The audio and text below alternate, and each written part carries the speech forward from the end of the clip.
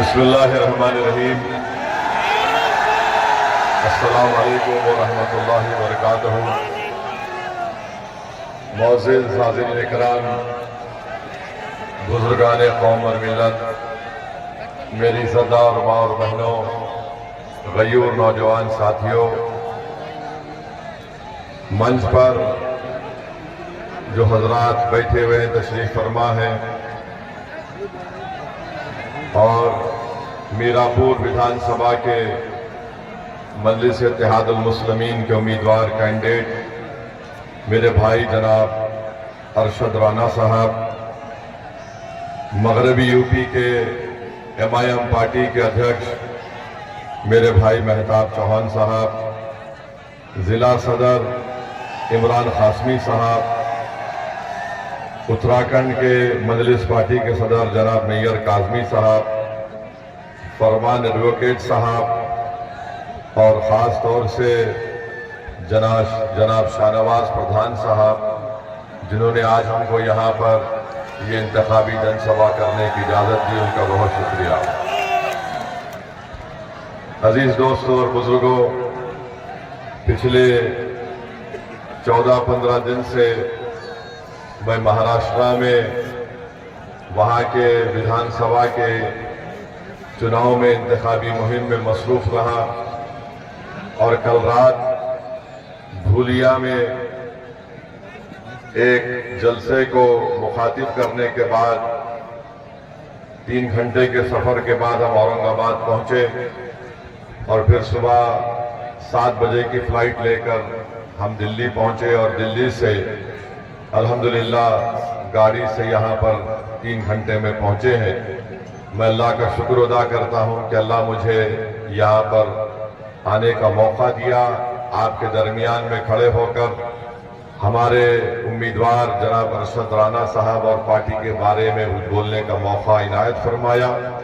मैं आप तमाम का भी शुक्रगुजार हूँ कि आपने अपना कीमती वक्त निकाल कर आज आप यहाँ पर आए।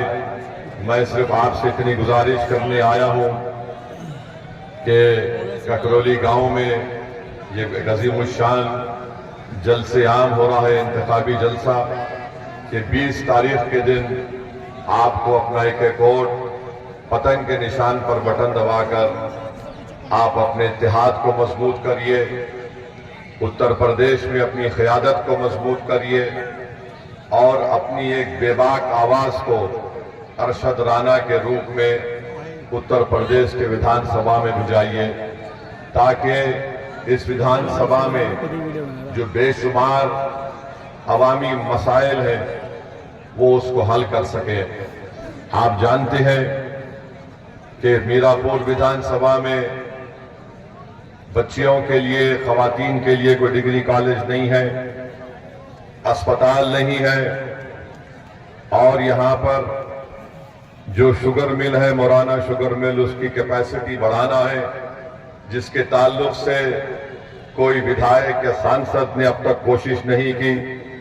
गन्ने का रेट जो 450 रुपये होना चाहिए, अभी तक सिर्फ 300 रुपये दिया जा रहा है।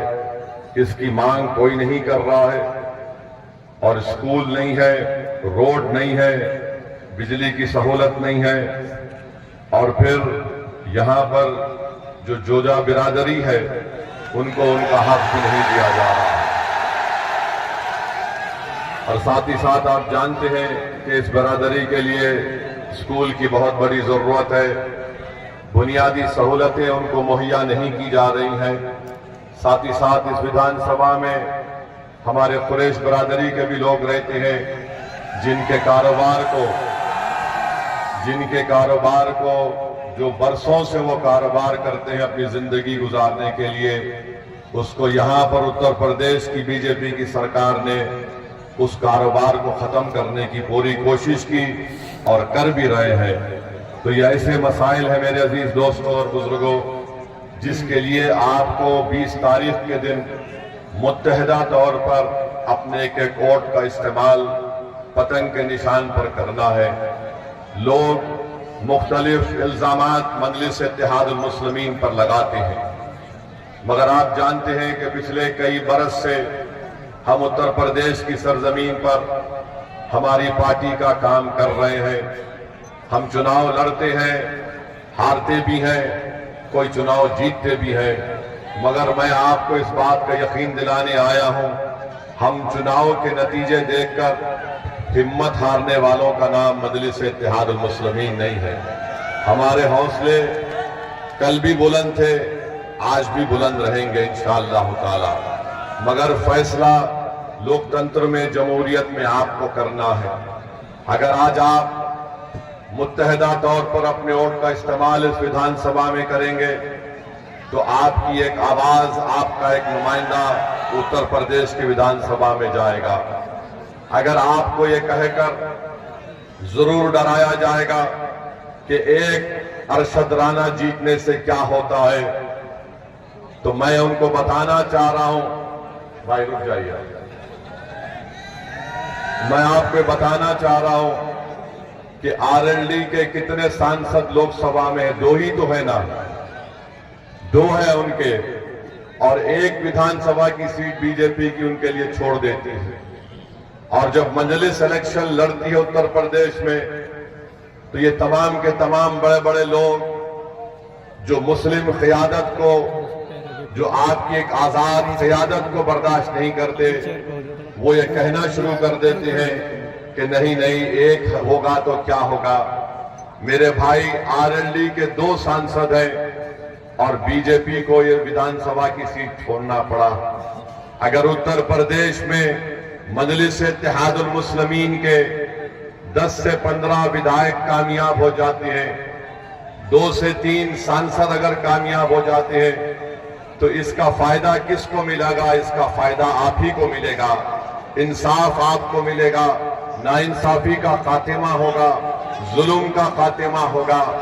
ये बात हम बार बार आपके दरमियान में आकर कह रहे हैं कि भारत की लोकतंत्र में हर समाज के पास उसकी एक आवाज है, और जब तक आप उस आवाज को मजबूत नहीं करेंगे, उनको जिताएंगे नहीं, आपकी कोई तकलीफ दूर नहीं होगी। पिछले 4-5 महीने पहले पार्लियामेंट के चुनाव हुए। आज भारत की पार्लियामेंट में चाहे वो अपर कास्ट हो या बैकवर्ड क्लास हो, इनकी आबादी के लिहाज से उनके सांसद जीत कर आए हैं। अगर एक समुदाय है जिनके सांसद आबादी के मुताबिक नहीं जीत पाए हैं, तो भारत की सबसे बड़ी अल्पसंख्यक समाज मुसलमान है। इसका जिम्मेदार कौन है बताइए आप? इसके जिम्मेदार किसी हद तक हम भी हैं, जो हम डर जाती हैं कि नहीं नहीं, अगर हम मजलिस को वोट देंगे तो बीजेपी जीत जाएगी। मेरे भाई, मैं आपसे ये कह रहा हूं, यकीनन बीजेपी को हमको रोकना है, मगर क्या हमारी जिंदगी की इब्तिदा खाली इनको रोकने में और फिर हमारी जिंदगी का खात्मा इनको रोकने में खत्म हो जाएगा? फिर हमारी आवाज कहां पर जाएगी? मिसाल के तौर पर मैं आपको बताने के लिए कह रहा हूं, आज भारत की पार्लियामेंट में नरेंद्र मोदी की हुकूमत ने एक वक्फ बिल का कानून, एक वक्फ बिल बनाने का कानून पेश किया। अगर मजलिस इत्तेहादुल मुस्लिमीन के कम से कम 3 MP होते, इम्तियाज जलील अगर औरंगाबाद से कामयाब हो जाते, अख्तरुल ईमान बिहार किशनगंज से कामयाब हो जाते, तो क्या मोदी इस तरह की हरकत करने के बारे में सोचते? और आप जानते हैं कि वक्फ बिल क्या है? ये जो वक्फ बिल नरेंद्र मोदी ने भारत के पार्लियामेंट में पेश किया, ये बिल ये कहता है कि कल अगर ये बिल कानून बनेगा तो कल कलेक्टर, डीएम ये फैसला करेगा कि वाकई में ये मस्जिद वक्फ है या नहीं, ये खानका वक्फ है या नहीं, मदरसा वक्फ है या नहीं, या कब्रिस्तान वक्फ है या नहीं। और वक्फ का यूजर को इस बिल में निकाल दिया गया है।